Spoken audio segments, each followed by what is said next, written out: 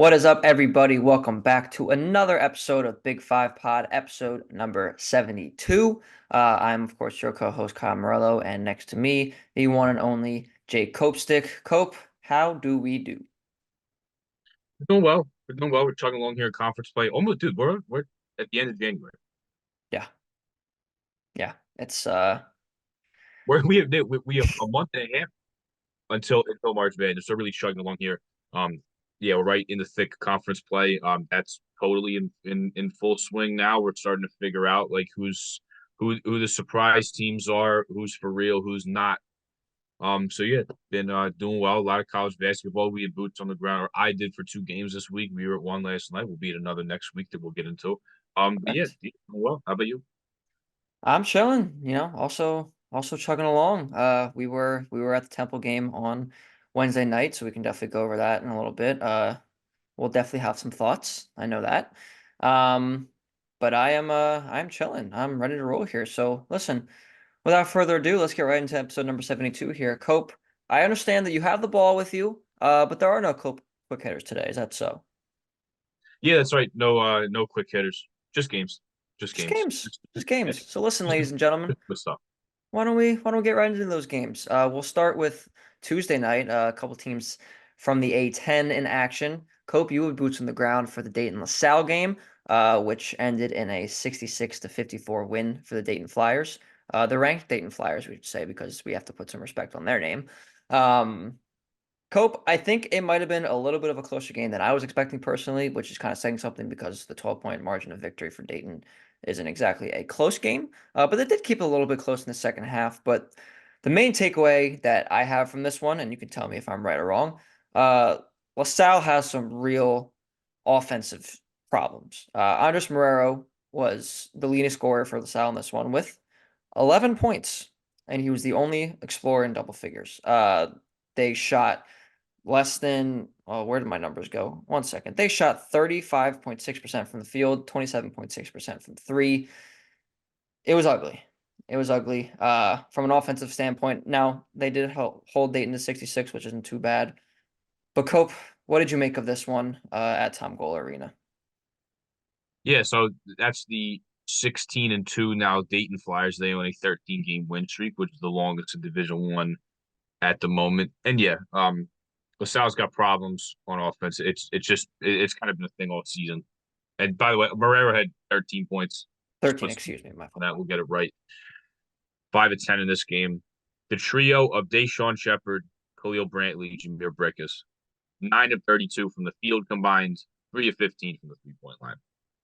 And the thing with LaSalle is we've talked about all year.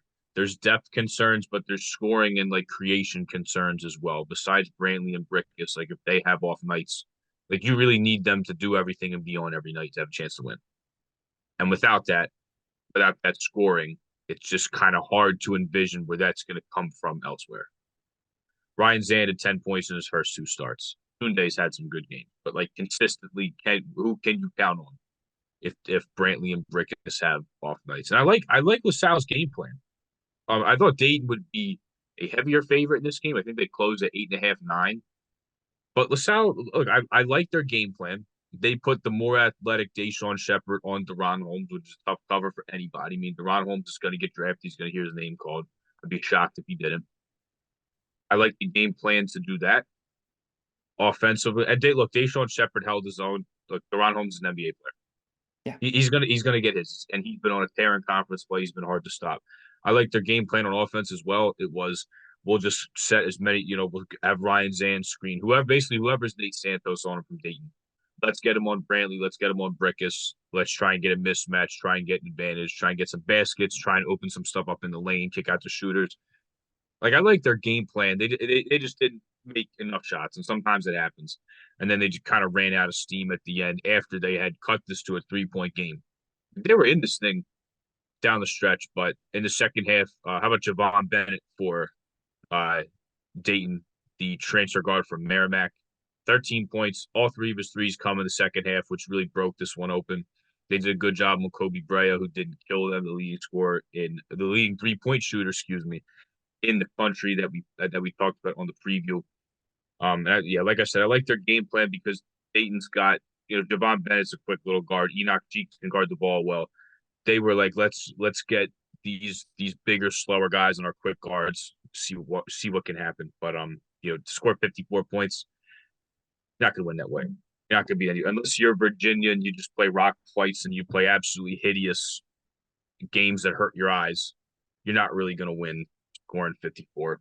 Um, Dayton went to a 1-3-1 zone. LaSalle went to a 2-3 in the second half that kind of slowed each other down. Like to only give up 66 to Dayton, who shoots it really well and has a dominant center. Like that's definitely a positive.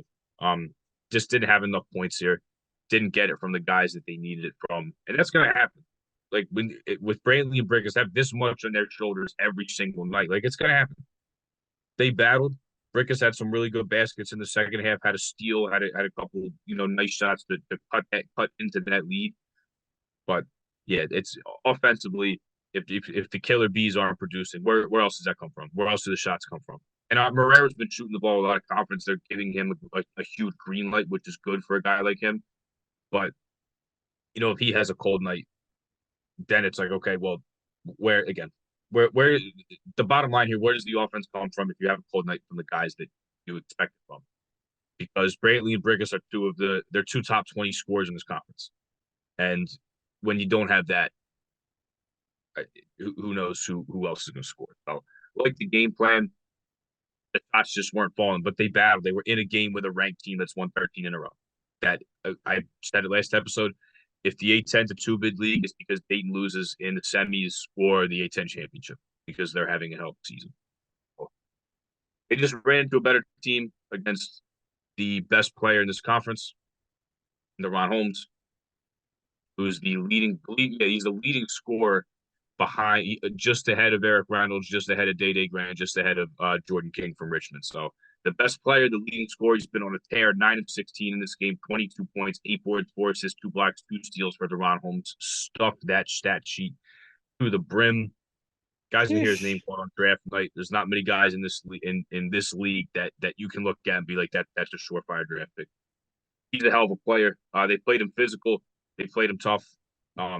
Just at the end, like I had mentioned in our preview, they started to throw some doubles at him, but Javon Bennett got hot. Guys started to hit threes. Just kind of pick your poison when it comes to the run. LaSalle's going to battle. They're going to fight every night. They just kind of ran out of steam and didn't have the shot making to pull this one out. Yeah, and to your point, it is hard when you really only have 2 scorers on your team. Sure, they have other good ball players and athletes and whatnot, like Dayshawn Shepherd being one of them. He's definitely an athlete, might be one of the best athletes, if not the best athlete in the conference. We've talked about him numerous times with that. But they don't have anyone else to really have that scoring punch. Morello can do it sometimes. We've seen a few games from Gill like that. Rokas is coming off the bench now, so his minutes have gone down, so you're not really going to get a ton from him. You're right. It's not going to come anywhere else other than the Killer Bees. So when they're not on, they're not going to score a lot of points and they're not going to be very efficient, which was the case in this one against Dayton. A team you can't really say that for, though, Cope, would be the St. Joseph's Hawks. That offense is phenomenal, and they needed it every point of it against UMass Minutemen here. They went up to Amherst and got a last-second victory over UMass, 78-77. Lynn Greer hitting a layup in the final seconds to propel them to that victory. It was also kind of an interesting box score here for St. Joe's here, Cope.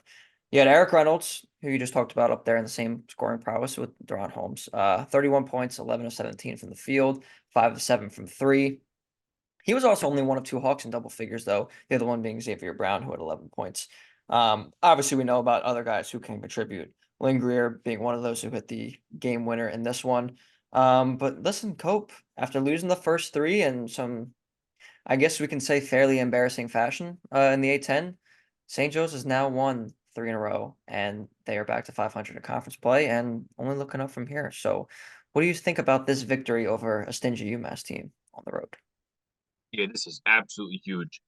Their first road win in conference, and then to do it in this fashion too. Eric Reynolds is a 4th leading scorer in this conference, and we know how good he can be. But he's one of the few guys, not only in this league but in the country, that's capable of a game like this. I mean, 11 of 17, 5 of 7 from three, and to go for 30. I mean, holy smokes! There's not many guys that can do that and become a flamethrower like him out there. So when St. Joe's needed it, when they only had one guy in Xavier Brown off the bench scoring double figures, when they needed a big performance like this to carry him, he answered the bell and was right there as any great player would be. So yeah, huge to get a win up there. Something I want to point out: Josh Cohn for UMass averages 17 and 7 rebounds a game in 22 minutes, 6 points and 4 rebounds. So creased, and the team was able to keep him at bay. But then creased, really good game against Duquesne, career highs in rebounds and points, like I had mentioned because I was at that game. 5 points, 4 assists, 3 steals, 2 blocks in the 27 minutes that he was out there. So both bigs kind of kept at bay for this game. Josh Cohn being the team's leading scorer, and for the bigs to get that's huge to take him out of the game. To only have 6 points and 4 boards in this game for how well Josh Cohen's been playing, to neutralize him and do that, absolutely huge. And look, Lynn Greer, sometimes the points aren't always there, but look at the defense that he plays every night. He's gonna play make for others. He's gonna have steals. Like even if the points, even if you're not wowed by the point totals every night, like there's so much more that he does in the game that is so impactful that's okay. That's totally okay. And he can get to the hole a little bit and can score down the post like we saw in the Duquesne game. Like he can put up points at times, but you need him to play great defense, grab some steals, get some assists, and set up his teammates a little bit, because the play he had to miss that layup and then to get his own rebound and put it up there and score with a second left. Like, think of how big of a swing game that is, not only for the season but the conference as well. Then you could be looking at 2-4. It's like, okay, we haven't won a road game yet. So yeah, absolutely huge to get a win like that. Lynn Greer game winner, huge to pull him back even at 3-3. And you have to wonder to yourself, this team could be 6-0 conference. Yeah, You have to it's think to tough to yourself, think about. it sucks, and you have to put it behind you. You can't harp on it. But like they easily could be 6-0 if they were to hold on to some leads. And for this, they had to come back a little bit and narrowly escape with a win. But they won the LaSalle game handily. They closed out when they had to. They got a big play from Cam Brown against Duquesne. They get a big play from Lynn Greer here, grabbing his own rebound. So they made plays when they had to. They finished when they had to. 3-3, you'll live with that right now. But again, it's kind of hard to be like, damn, they could be 6-0 right now. You could be still thinking about it at large. Yeah, and honestly, like I think I was looking today. I forget exactly who the bracketologist was that did it, but they were in the last four out. I think it was either last four or next four out. So like theoretically speaking, there's still a chance, but it's we've talked about it. It's a very, very slim chance of an at large. But yeah, Cope, it's very, very tough to think about.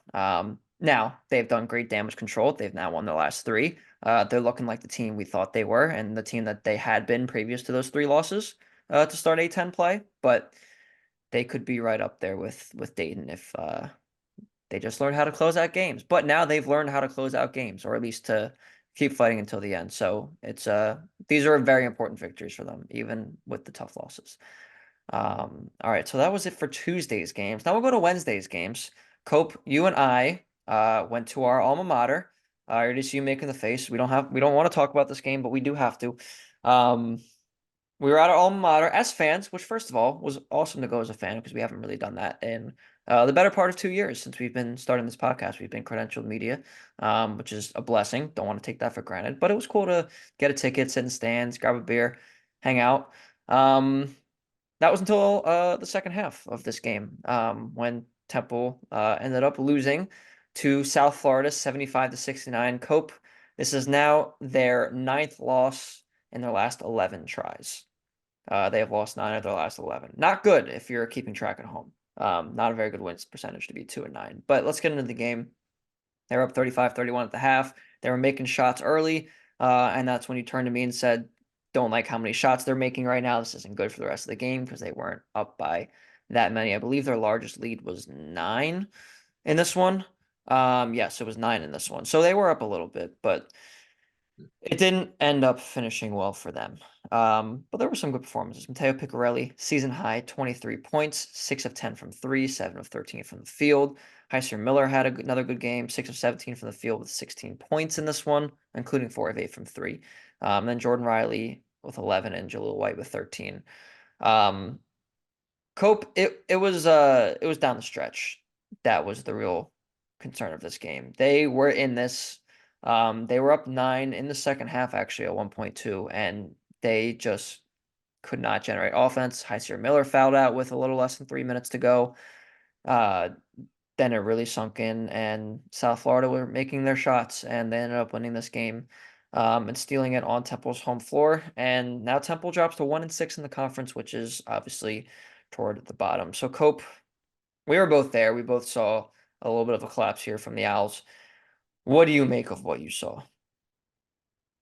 Yeah, tough game, tough game. Because they were like you mentioned that the lead they had at halftime, and they were leaning for it was even though if they were only up by a point or two or one possession, like, they were up. It seemed like for a majority of this came out making shots. Matteo Picarelli was hot. High Miller was 4 of 8 from three in this game, but the production kind of drops off a bit from there. Jaleel White had a good game, and so did Jordan Riley, but he had a couple free throw misses down the stretch, and they only got 3 bench points compared to the 27 you got from South Florida. They just made more plays down the stretch. They were able to get some buckets. They got some easy baskets, whether it was off a pick and roll, hitting the roll guy. They knocked down some threes, and they shot 50% for the game. Oh, especially in that second half, it was just too easy for USF to get back into this game and then ultimately steal it. Because Sean Pryor made a really big three at the end, that sidestep that you looked at me, and as soon as he put it up, he said, "No way he makes that," and it was nothing but net, and it made it a 4 point lead for the Bulls that effectively ended things because Hand up, my the bad. next possession, um, and here's the thing, but with High Sear fouling out, which I think it was a foul. It was probably soft and not a foul that you think is like okay, like the star player just got his fifth on that. But reality is Jaden Reed went up to get a rebound and Shear bumped him. And the problem was like that bump affected Jaden Reed coming down with a rebound that then went off. It sucks. And Fisher was going ballistic. That we Yeah, I was love. gonna say I stood up and started cheering when he took off his jacket and he threw it in the stands. Like that's the the type whi- of passion that we need if the we want whistle the was questionable in this one. yeah. I will It, say I know we don't like to harp on the refs too much, but the whistle was questionable, and that's why he was getting so frustrated. Yes, oh, absolutely. But here's the thing: like when people say that and they're like, "Oh, I think the officials were questionable," I immediately just look to the box score because I can just pick out a couple little things. Like, how about 12 of 18 from the free throw line? How about you let the other team shoot 50% from three? Yep. They had a 50-40-90 game. The Bulls did Yep. in terms of free throw, It's, 3 point it's not good. field goal. They got out rebound. But that's the stuff I look at. It's like, okay, oh, the refs, this, that. Like, what about all that? Oh, and I'm not blaming it on the refs either. Yeah, I'm not But saying you. the whistle was questionable. But Yes, you also like you said, 50, 45, 90, to be honest with you. yeah. That's what USF shot in this one. And Temple, especially like you mentioned, 12 of 18 from the line. You're not going to be perfect from the line, but you want to hit more than that. They had every opportunity to win this game, and they did not. Yeah, and then the problem was when they had that last possession, they were down four. There was one guy on the court. You have Quante Berry, who only clocked 5 minutes in this game. He comes in for High Sear. He's probably not going to take that big time shot if they wanted to draw up a three, which it seemed like they wanted to cut this to a one position game. It was a one possession game, excuse me. It probably wasn't going to be Quante Berry. Jordan Riley was 0 for 2 from three in this game. We know all about Jaleel White not shooting threes. He wasn't going to take a big three. And then Sam Hoffman only took 3 shots in this game. And Picarelli had a career night basically and had a season high of both 3 pointers and points made. So you knew where the play was going. They threw the ball back to him. He fumbled it. South Florida got fouled. Like the High Sear found out really sucked at the end. It would have been nice to have him out there because there was only 2 guys that had it going on from three. They combined for 10 of the 11 threes that Temple needed. It, they just couldn't close it out. But the bottom line is this: South Florida shot too high of a percentage, and especially in the second half, there was too many easy ones and too many on dump downs. The roller, had an easy layup and an easy look. It was just too easy for South Florida in the second half, and just not a good enough defensive performance from Temple in the second half to get a win here and make enough plays. Yeah, it was That's what it it comes was down to. tough. It was tough. I will also say though, I do want to definitely give a shout out and a lot of credit to Amir Abdirahim for the job he's done this year. This South Florida team, I think for a while has just not been anything. A laughable opponent, even if you will, if to go as far as say as that. Under the previous regimes, but this team's decent. They beat Memphis. I think it was last weekend or the weekend before that. They, you know, they're 12-7 on the year. They're not the best team in the world by any means, but he's done definitely a really good job turning this program around. Obviously, we saw him kind of saw State last year in the tournament. Um, I just want to give him a shout out because, especially coming back down in, I don't want to call it a hostile environment because there wasn't a whole lot of people there. But the people who were there were loud. Um, it's not always easy coming to Philly, as people know, but yeah, he's just done an incredible job at South Florida. So definitely want to give a shout out to him because he's helped so far helping to turn that program around. And you know what? For the sake of the conference, hopefully he continues to do so because obviously we're rooting for Temple in the American, but I want to see competition. I want to see good basketball. So it's definitely good to see. Um, all right. And then we came home, Cope, back to my apartment here in Philly, and we watched the Villanova St. John's game at Madison Square Garden. It wasn't a good one. It was not a good one. They were outcoached, outclassed, and outplayed, and they lost to the Johnnies 70-50. And another not so great offensive performance by the Wildcats here. And this stretch of five that you mentioned going into the Marquette game last week, they're now over 3 for the start of that. And I'm not sure if it's getting any better from here because they have to obviously travel to Butler this weekend, and then they're home against Marquette on Tuesday, which we will be attending and we'll talk about in our next episode. But Cope, this was absolutely not a good one for the Wildcats. I'm going to let you break this down more because I know you have more things to say about this than I do from what we were talking about before we recorded. So I'll let you get to this one. Hope, what is going on with the Wildcats right now? Well, I'm gonna save like an overarching like season or current state of the union until after the game. Okay. But quite frankly, Kyle, like I think some people would classify this as an ass beating. It was. I mean, Eric Dixon 16-8. TJ Bamba made both his threes 5 of 6. The two of them were the only two guys in double figures, Kyle. And outside of those two, Jordan Longino was the only player who made multiple baskets in the Yaddo. 425 from three, that's good for 16%. 37.5 from the percent from the field. Johnny's only 5 of 19 from three as well, Kyle, in this game. Shot almost 47%.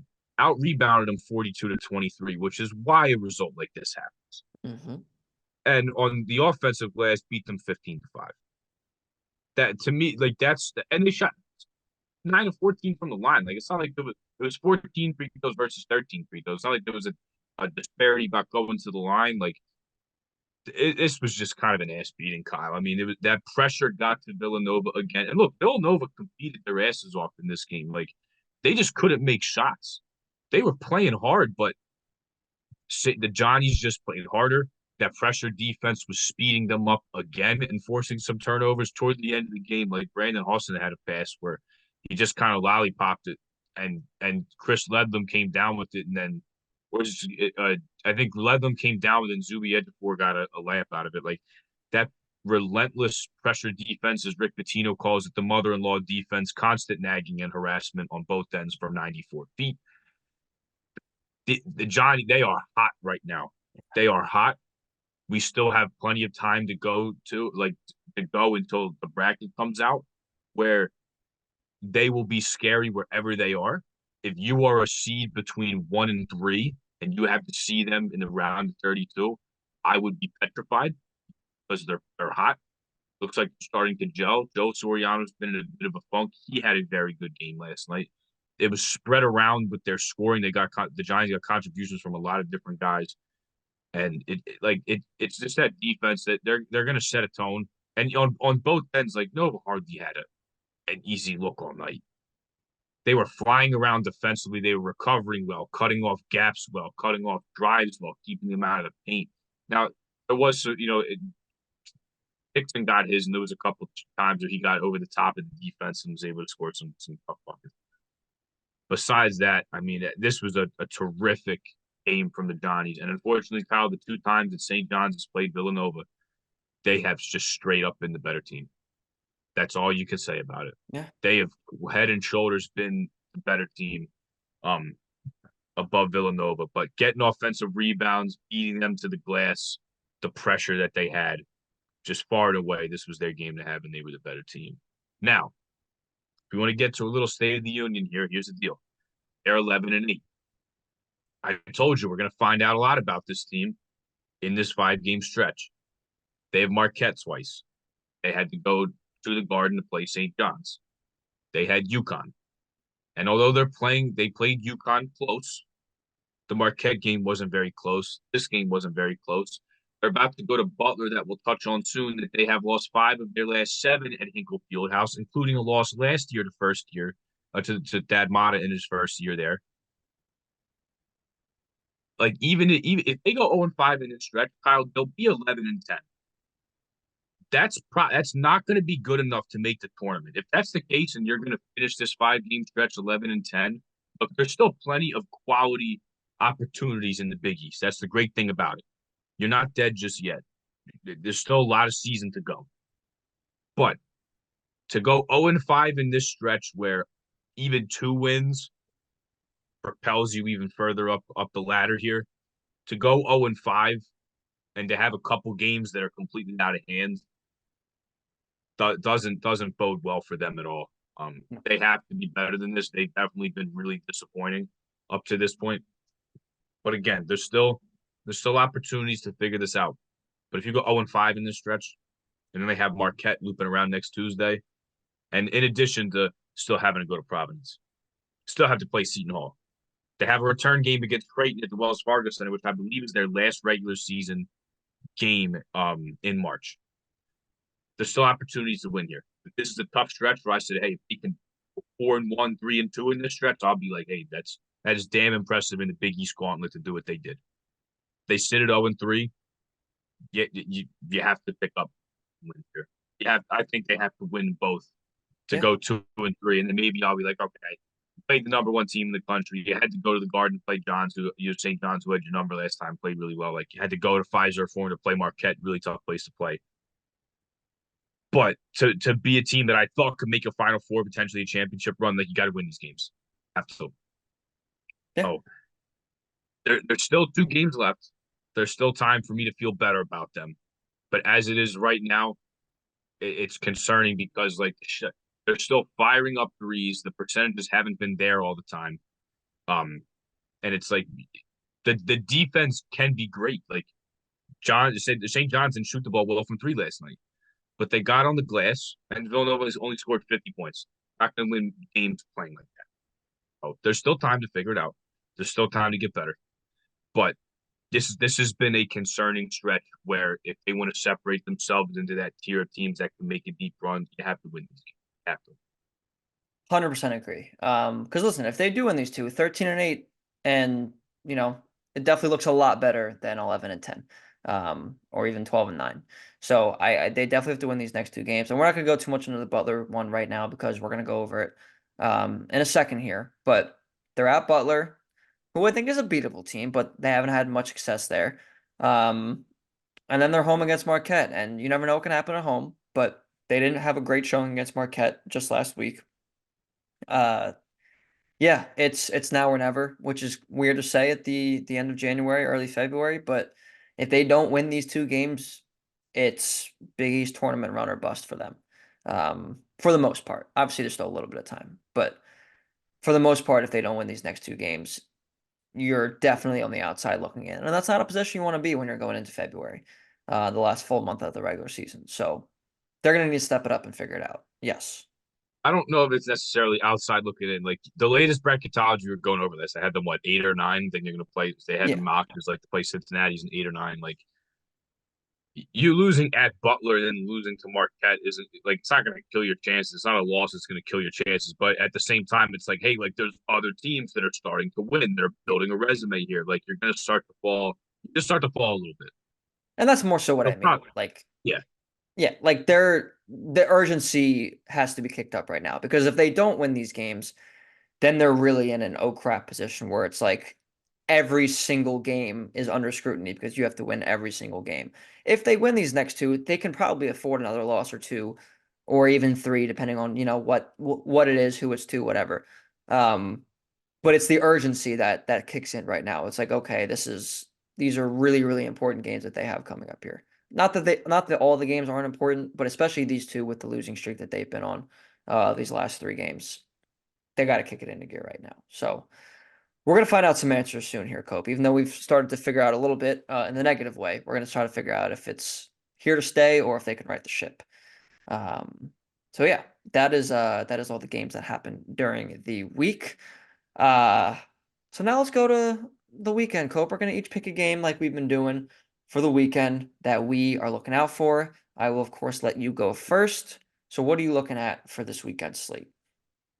Well, I think I know the game you're going to pick, so I'm going to pick another one here. You can pick And whatever game you want. We're prepared either way. I'm going to roll with St. Joseph's traveling up to Olean to go play the Bonnies. They're going to go play St. Bonaventure, All right. who I was a huge fan of going into this season. And although Olean is a tough place to play, you have to go in the middle of absolutely freaking nowhere when it's cold. And I really like Mark Schmidt, who I would consider one of the best X and O coaches in the country. This Bonnie's team is concerning. They're 11-7. I thought they'd be a lot better. They have an awful loss at home to Canisius, who I'm not sure how they dropped that one. They get to in conference at 2-4, Kyle. They just lost to Duquesne. They scored 50 points at Duquesne, who just got their first conference win. They lost at home to Fordham. Richmond's been a surprise. They lost at Richmond. And then they lost to George Mason. That I tried to catch the end of that game. Actually, it's funny. I had George Mason Bonnie's on like my laptop at the Joe's game, and like between So fun. timeouts, I was like locking in on the team. But they're 2-4 in conference. I thought they'd get off to a better start than this because they finished non-conference. Like you take out the Canisius loss, they have a loss against FAU and Auburn on neutral floors. Um, but in conference hasn't been pretty. They look kind of discombobulated according to SBU Unfurled on Twitter. Mika Adams Woods did not play in the last game. Apparently, it's some sort of suspension um, for something going on in practice. And I really like coming into this year on paper. I love this team. They actually have depth. If you think about the Bonnies, and the last time they made the tournament, they played five guys. They had like one of the lowest bench minutes, in ever. Like they were dead last in bench minutes and points off the bench. They played five guys. This year they can go 90. And they brought in some experience. They brought in Mike Adams Woods, excuse me, from Cincinnati, who was an experienced guy as a point guard who could score, defend a little bit. They brought in Charles Pride, who scored over 2,000 points at Bryant. Like they brought in some really good transfers that I like. They brought in Noel Brown from as an interconference transfer from GW, excuse me, and then they have Moses Flowers, Chad Venning, who had a really good year as a big man coming in from Morgan State. Errol Banks from St. Peter's was their leading scorer last year. Like I liked everything they did. They had depth. They had guards with different skill sets. They had a short guy in Kyrell Luke that even at 5'11" could defend and was very quick. I liked everything about them. They are the most experienced team in D1, average of over 3.5 years in college, according to KenPom. Loved everything about them. They have been underwhelming in conference play, and even though this is a game at home, they shoot the three well. They can defend it well. They have experience. It just hasn't been working, and this team has been very very underwhelming. Oh, even though it's tough to go up there, I'm actually still going to take. I think Joe's can knock him off here. Who knows if Mike Adams Woods will play in this game? But this is going to be kind of scoring versus scoring. It's like you have Daryl Banks who can score really well. You have Charles Pride, who we know from his time at Bryant can score the ball well. You two teams that are going to shoot well from three. Well, you would hope that St. Joe's will. You would hope that they will, You and would then they hope so, yeah. I'm gonna roll with the Hawks. I think this is a win. I think they can pick off St. Bonaventure, and then you're like, hey, they just won on the road. They're now 4-3. You start to forget about the three losses they had to start out conference play. So in a tough environment, this Bonnie's team just hasn't felt cohesive almost in conference play here. So I'm gonna roll with St. Joe's that even having to go up there, and even though the Bonnies have lost four of their last five, they've lost two in a row on the road, and they're coming back home. I actually think St. Joe's can pick them off here. Hope I'm gonna agree with you. Olean is definitely a hard place to get to. It's definitely a tough environment for them to go to, as you mentioned. And, they've been a good team in the past, but they're struggling this year, like you mentioned. They are not the team that you definitely thought they were, and I believed you. So I was thinking that they would be toward the top of the A10 this year too, and they haven't done that so far. So uh I think Joe's is finding their stride. They obviously had some tough losses early on in A10 play. Now they've won three in a row. I think they can keep it going. As you alluded to, it definitely will come down to scoring if they cannot make their shots, as we've seen with the St. Joe's team. Um, it's not going to end well for them. They also do need to defend a little bit better from the 3-point line, as it has been kind of in Billy Lang's entire tenure. So if they can do that, I definitely think that they can win this game, and I think they will win this game ultimately at the end of the day. All right, my turn now. The game that you did allude to, I will be picking, of course, and that would be Villanova traveling to Butler to take on Butler on Saturday. This one's going to be interesting. Listen, this Butler team is a good team. I definitely think that, I think Villanova talent wise is probably better. They haven't been playing well, obviously, lately, but Butler hasn't been playing great lately either. They are 3-5 in their last eight. They started off conference play with a win against Georgetown, and then since then they've gone 3-5 with wins over Marquette, which was a good win, but then DePaul and Georgetown as well in their last two. Um, Listen, this team fairly balanced. The 45th in KenPom on offense, 90th on defense. They don't turn the ball over too much. They also don't cause turnovers too much. The Villanova team's not going to turn the ball over too much unless, of course, they're playing St. John's, or anyone that tries a zone on them. So maybe Butler will try a 2-3 zone or a 3-2 zone on them, like some of the other teams that we've seen go against Villanova have done. But I think this is a game that Villanova can win. I still do have confidence in them, but Cope, this game will be a test game for me because now that they've lost three in a row, I know they're in this gauntlet right now. Uh, this is a game I think they should win. It will definitely be a tough one. Obviously, we talked about the history of traveling to Butler, but I think this is a game that they can win, unlike the other games where, except for maybe St. John's, because I think they were pretty evenly matched, except, they have their number now this year. That has been established. It's clear. We don't try Rick Pitino in these parts. Um, but I think this is one of those other games too, where it's a team on the same level as them, where it's not as a Marquette and UConn that I think are definitely better teams. So if they can't win this game, I think then I will start to be concerned and maybe not be as confident in them, even despite their three losses in a row here. But for now, I am going to be picking Villanova in this one. I definitely think it's a game they can win. It will be tough. I think it will be close, but ultimately, I think they'll get back on track here at Butler. Oh man, It'll I'm be having trouble close, picking. but Like I think they can do it. they just don't play there like well. They haven't been on a great run. But and you look at Butler. It's like they have a really good win at Marquette, but the other three wins they have in conference are a sweep of Georgetown and a win over DePaul at home. Yeah. So it's tough. Because then if you're Nova, it's like okay, this tough 5 game stretch that I went over. It's like you're at home playing Marquette, trying desperately trying to not go 5 in that stretch and lose 5 in a row. Tough place to play. This team's been a pleasant surprise. I like the transfers they brought in. They're three or yeah, pretty much they're like all their leading scores. It's a totally new team. They lost CMOS Lukosius. They still have Jalen Thomas. They still have Connor Turnbull like as a guy who doesn't play much. Like it's a totally new team. So if that Mata goes out, he gets Pierre Brooks from Michigan State, who's now the leading scorer. He gets a DJ Davis from UC Irvine, who can shoot the ball and can score. Emil Telford from Northeastern.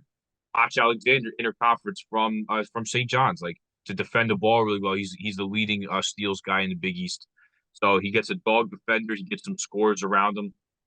Like I actually really like this team, Kyle. They have been a nice surprise, and I think at home they won two in a row.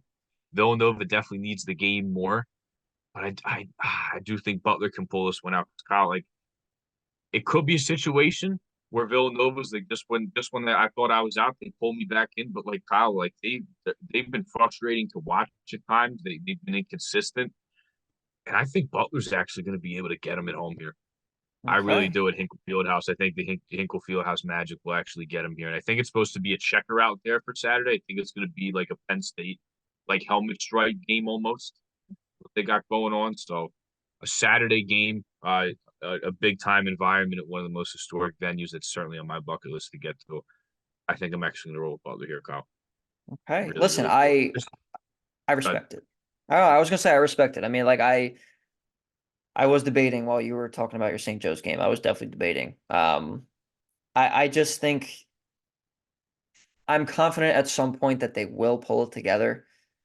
But if they can't in this game, then that confidence takes a huge hit because there's been flashes this year that they've had some good games. Um, they've also been some bad games, like we talk about the Big Five losses. They obviously should have probably won all of those. The St. Joe's game, obviously St. Joe's is a good team. I'm not taking that away from them at all. And Drexel's been phenomenal so far in conference play. Um, I just, you know, you never know what you're going to get with this team. And that's the biggest part of it is the consistency. If they can figure out the consistency and, you're not going to win every game, even after if they figure it out here, but they have to figure this one out. This has to be the game where they say, okay, what do we do to win this game? Let's figure it out. And if they can't do that now, I don't know if they will. I feel like they have to have a sense of urgency. And the time's now. I mean, I know we're still 2 months away from the first weekend of the tournament. Uh, but things are going to start happening very quickly. And if they can't figure it out in this one, I definitely, my confidence will definitely take a hit that they'll be able to overall. So that's my thinking in this. I think backs against the wall, they'll figure it out and they'll pull it together. But we're going to find out a lot about this game, Cope, about this team during this game. And that's the bottom line. And that is also pretty much it for this episode, Cope. Any final thoughts here before we sign off? nothing too major. Just want to say on Butler's team, shout out to Finley Bizjack, the freshman, off the first team on name, in my opinion. Oh my A lot of God, great names yeah, in college, but we should do one of them next year preseason. But yeah, yeah, Finley Bizjack, Bizjack, Finley Bizjack. Great, great basketball name rolls off the tongue. Want to give it out to him. What a great name. I love it. I love it. Listen, we since our inception, Cope, we have always talked about the best names that our teams face. So thank you for pointing that out. I actually I have not done enough on Butler's roster as a whole. Um, so that's funny. Um, but yeah, that's pretty much all I got here. Just this weather has been just awful, and I'm hoping we get some sun soon because it's been a little bit.